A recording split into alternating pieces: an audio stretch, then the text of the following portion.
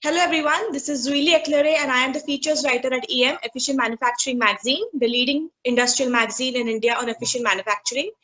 Today we have with us Mr. Diego Graffi, CEO and MD at Piaggio Vehicles.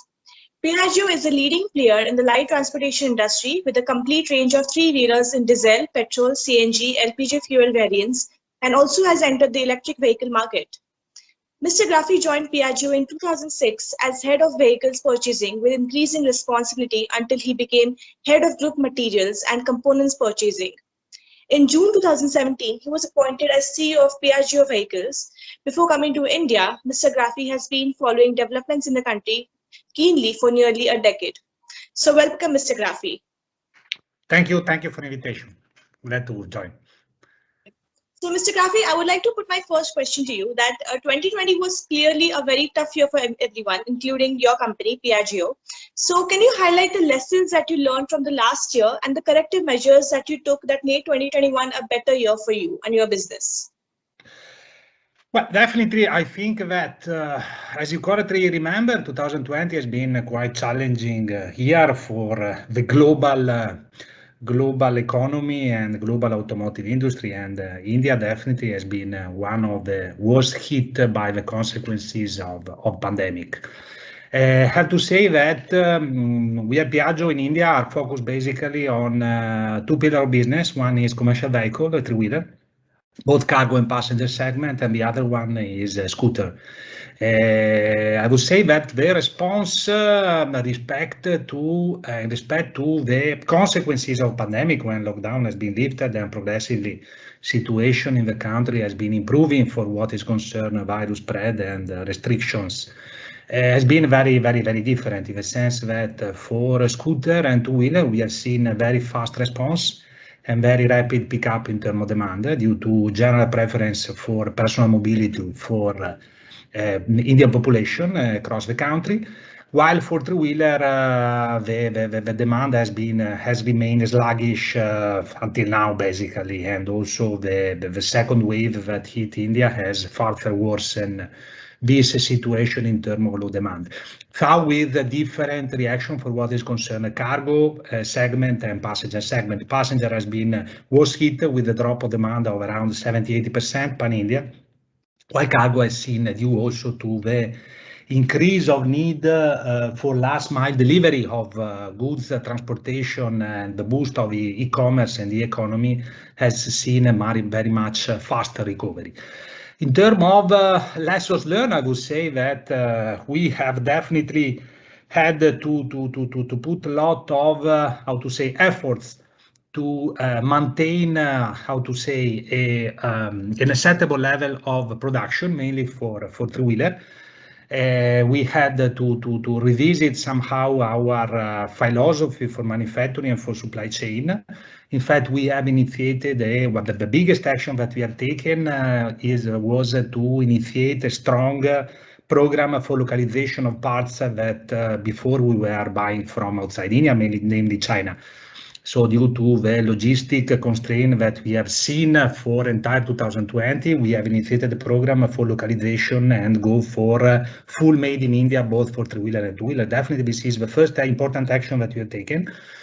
Along with definitely cash flow has been due to the problems that the entire channel network due to restriction ongoing, mainly for commercial vehicle, has been going through. Definitely we had to put a lot of efforts and a lot of attention to cash flow management. And luckily, I would say that company is financially very healthy and very stable. And already in July, our cash flow position was already, come back to a normal situation. In addition to that, definitely we have a streamlined program for cost reduction, as I think entire automotive industry has been doing, both from a material point of view and from operational expenses point of view, eliminating whatever was not absolutely necessary for supporting business and business growth. And also from that point of view, we have streamlined an important program for cost reduction that is trying also to compensate the effect of raw material price hike that we have seen in the last 6 to 8 months. So basically, these are the three actions that we have taken and lessons learned that we have taken out of out of the consequences of the pandemic. All this we have tried to manage, initiated the program for also training and coaching program for entire, how to say, management line of Piaggio. And in fact, we have still ongoing a lot of initiative in terms of design thinking to find different ways to, how to say, streamline operation and find business opportunities in the market. That was an important initiative that we have taken. All our main, how to say, all management line has gone through a certification for design thinking, and is still on. And I think that it will help us to improve our efficiency and improve our, how to say, operational efficiency overall. Okay. So basically, the first thing that you did was try to go as local as possible in the country. Correct. Okay. All right. So while you tried to come up with these corrective measures, were there any kind of digital technologies and solutions that helped your company to streamline the manufacturing and other operations in your company? Digital, yes, for sure. Not so much for what is concern manufacturing. How to say, instead, I would say instead of digital, we have already initiated since a couple of years a program for automatization of certain important manufacturing process like welding to improve, how to say, to improve efficiency and to improve quality of final realization of the body, mainly for our three-wheelers. So we have gone through an important program for automation of some important manufacturing processes. While digital, we have invested definitely a lot in digital, but mainly related to the field of sales and channel network.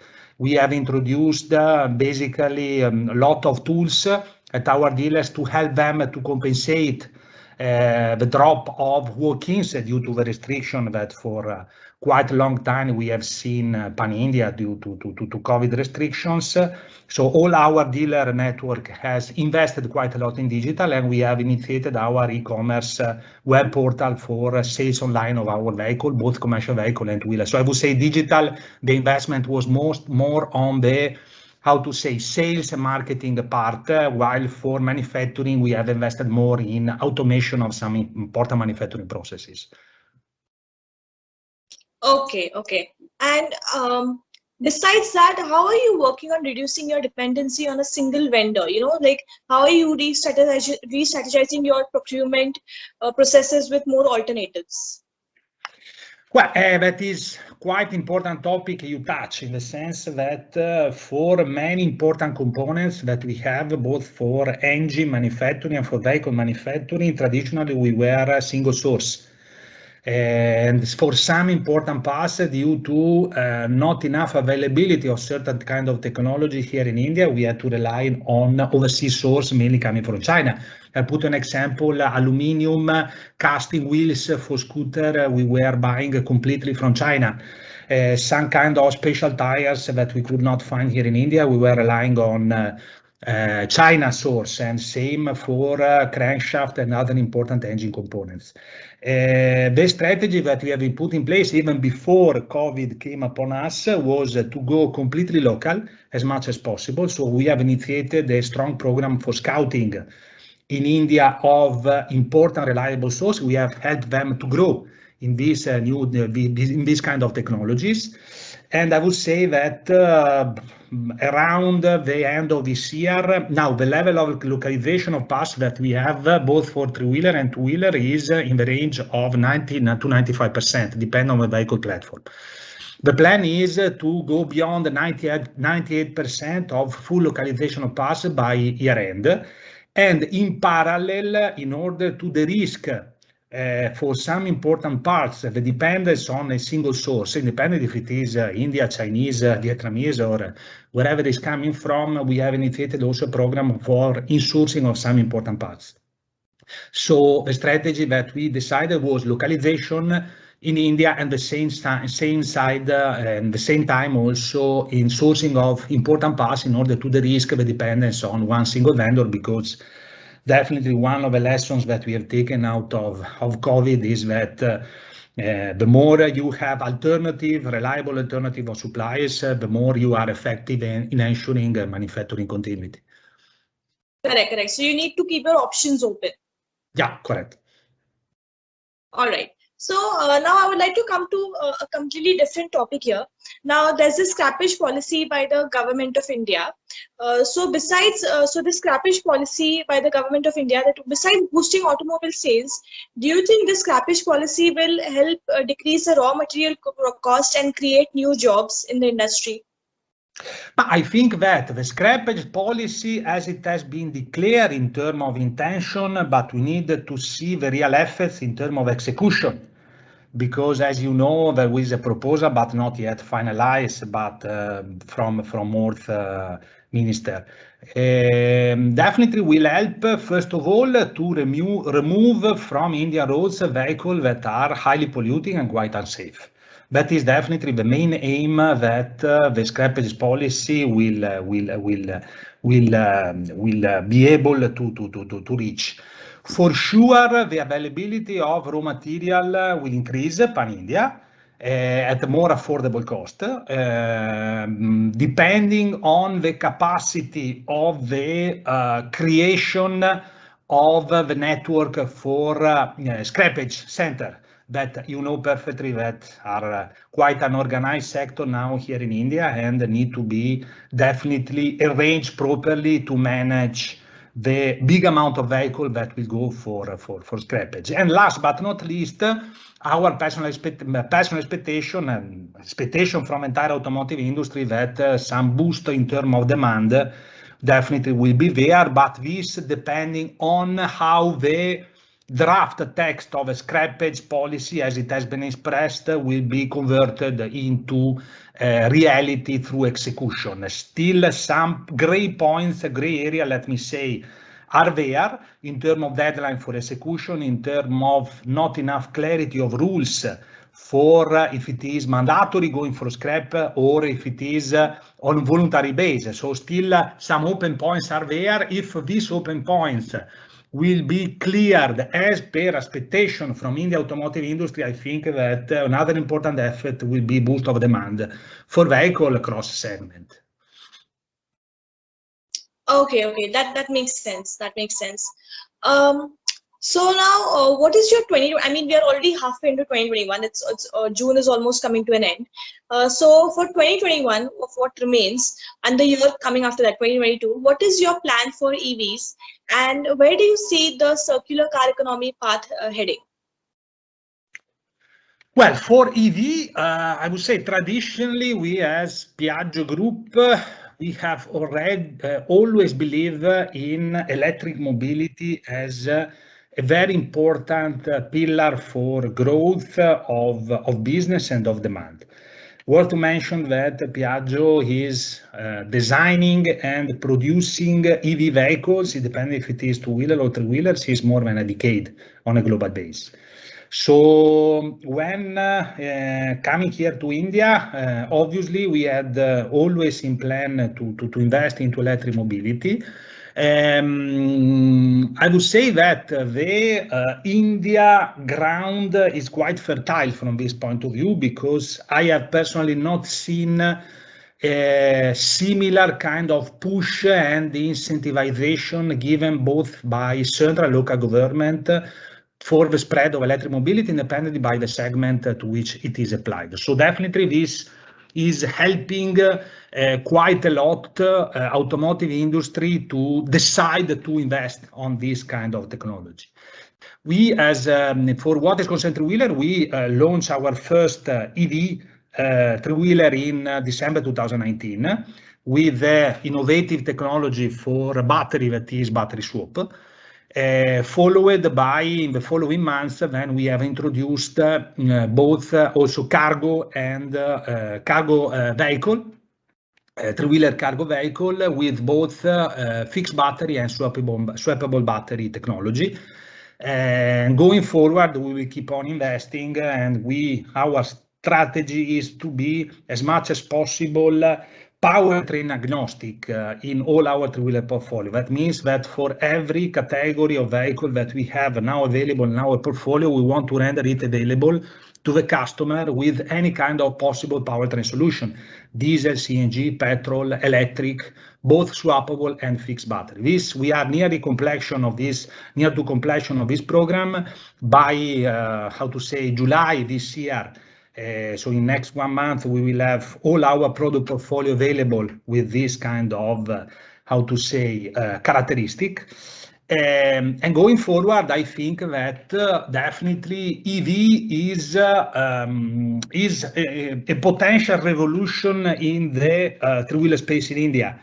For many reasons, because these vehicles are meant for mobility and livelihood, and definitely the total cost of ownership of an EV, taking advantage of all the incentives that are now available, FAME 2, road tax, registration, and whatever it is, and the local incentives offered by various government, going forward, and considering that will be a consistent drop of cost of batteries per kilowatt hour in the next couple of years, I expect that there will be an important conversion of demand for three-wheeler, both cargo and passenger, from conventional ICE solution to electric.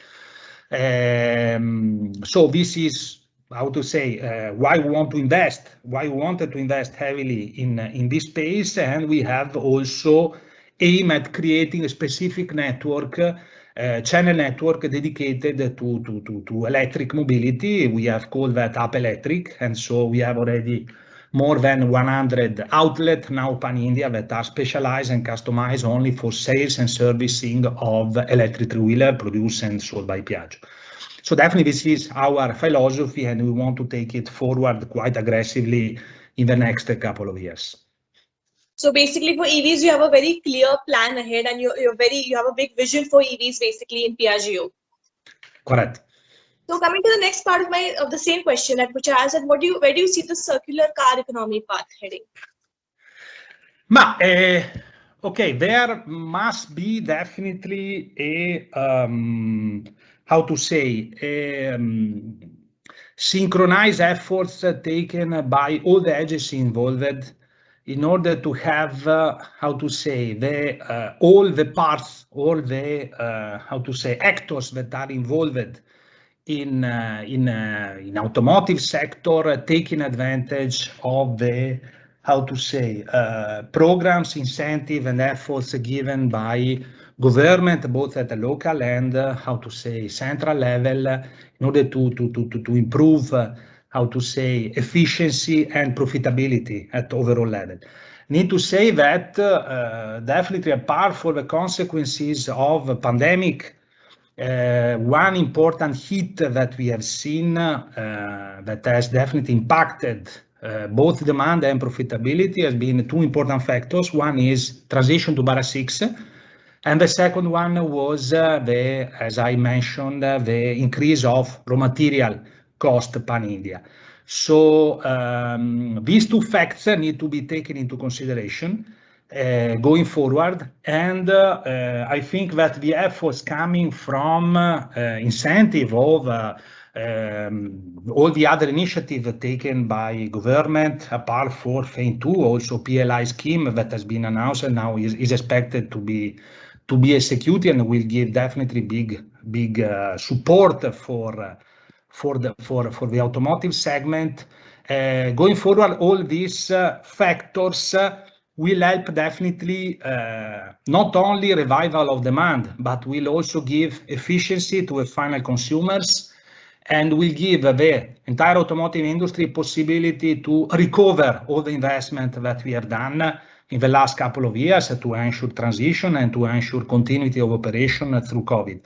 So I would say that the importance going forward is that all these programs that have been announced, like Scrappage policy, PLI scheme, all the incentive part of the story, now need to be executed quite fast, because the assumption and prerequisites to render again automotive industry in India, notwithstanding consequences, as I said, of pandemic, consequences of Bharat 6 and whatever it is, again, very much profitable, We need to see the fast execution of all these programs that have been, how to say, announced in the last 12, 18 months.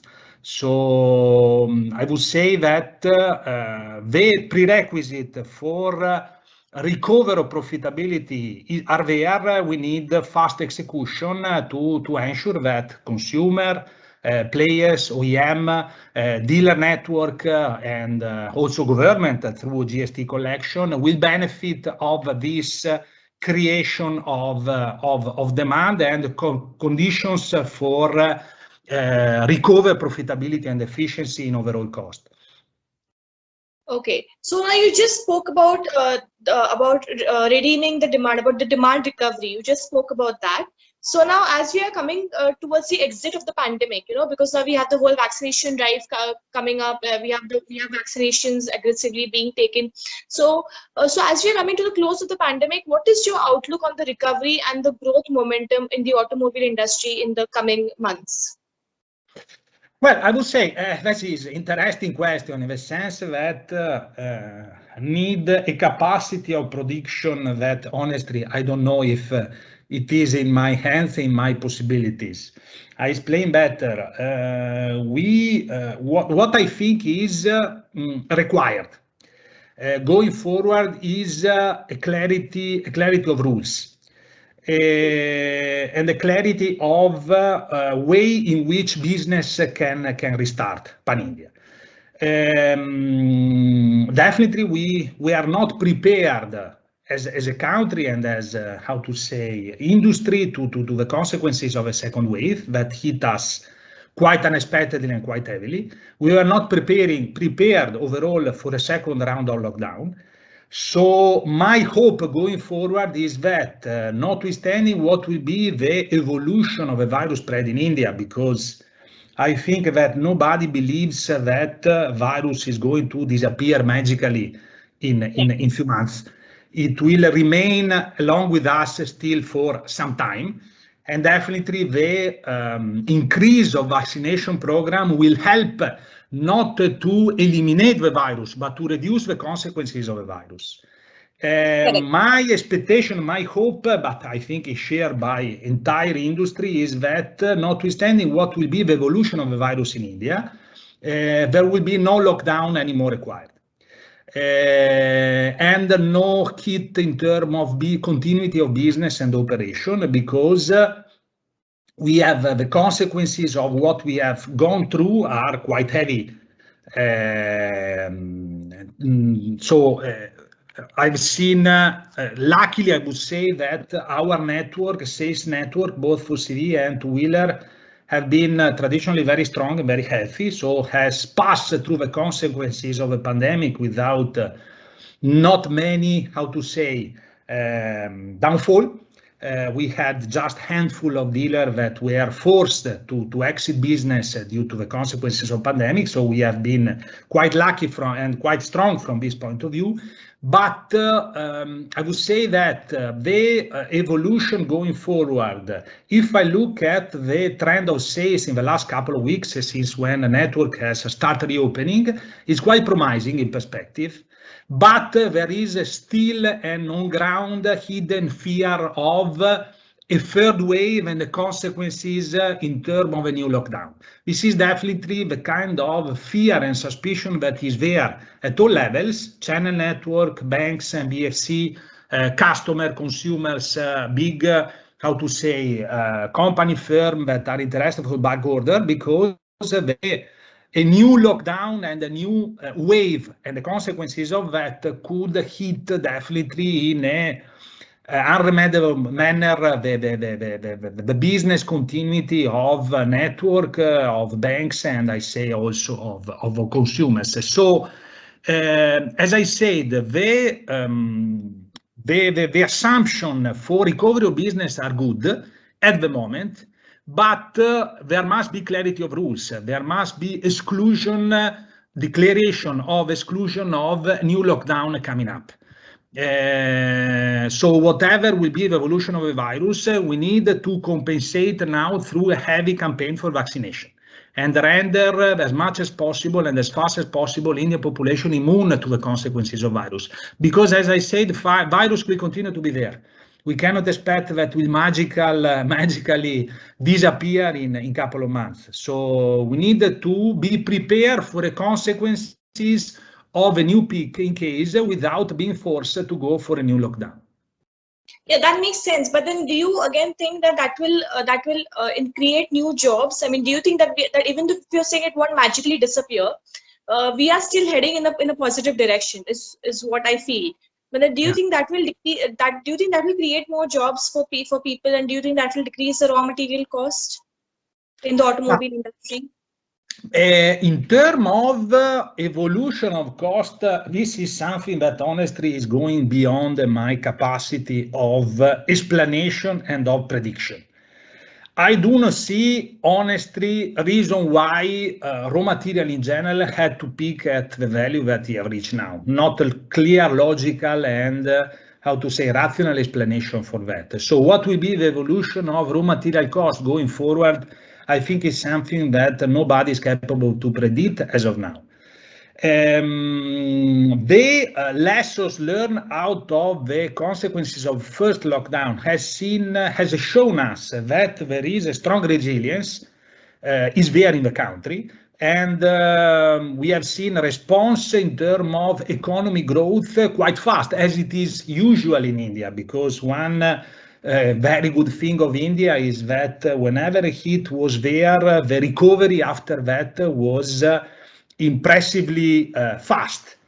So we were already on a good peak for recovery at the end of calendar year 2020. So, and then second wave came, as I said, came upon us unexpectedly. So I'm expecting that this phenomenon again will repeat this year. So when restriction will be fully lifted up, and if there will be, as I said, enough clarity of rules going forward for control of the virus spread, I think that economy in India will show again its resilience and its capacity to recover quite fast. But as I said, we need definitely clarity of rules and clarity of measure or countermeasures whenever possibly, and a new peak could come and reach India in the next few weeks or in the next month. Okay, all right. Now coming to my final question for you, sir, is that can you tell us about the investment plans and new launches from Piaggio vehicles in India? Need to say that we are coming from Piaggio from 3 years in which we have invested highest amount of money ever seen by this company in this country in the last 20 years, both in three-wheeler portfolio and two-wheeler. And this investment has been quite relevant, not only for what is concerned transition to Bara 6, but was, as I said, very heavy from both technical and also investment point of view.